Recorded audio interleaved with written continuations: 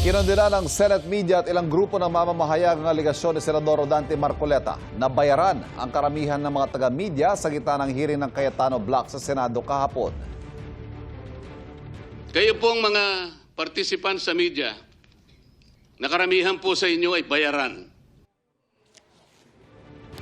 Tinawag ng Senate Media na irresponsable at reckless attack ang pahayag na yan ni Marcoleta. Kailanman daw ay hindi dapat idinadamay ang mga mamamahayag sa anuman tunggalian, alitan o agawan sa kapangyarihan ng mga politiko. Hindi rin daw sandata ang media para gamitin ang isang kampo laban sa iba at hindi ito dapat maging collateral damage sa away politika.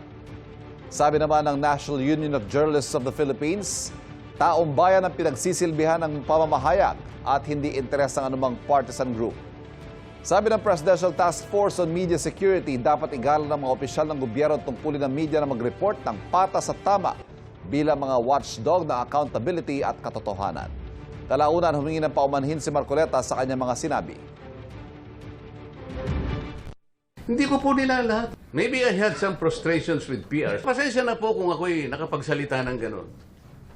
I did not mean it. Ito po ay dahil sa frustration ko sa nangyari at sa nangyayari.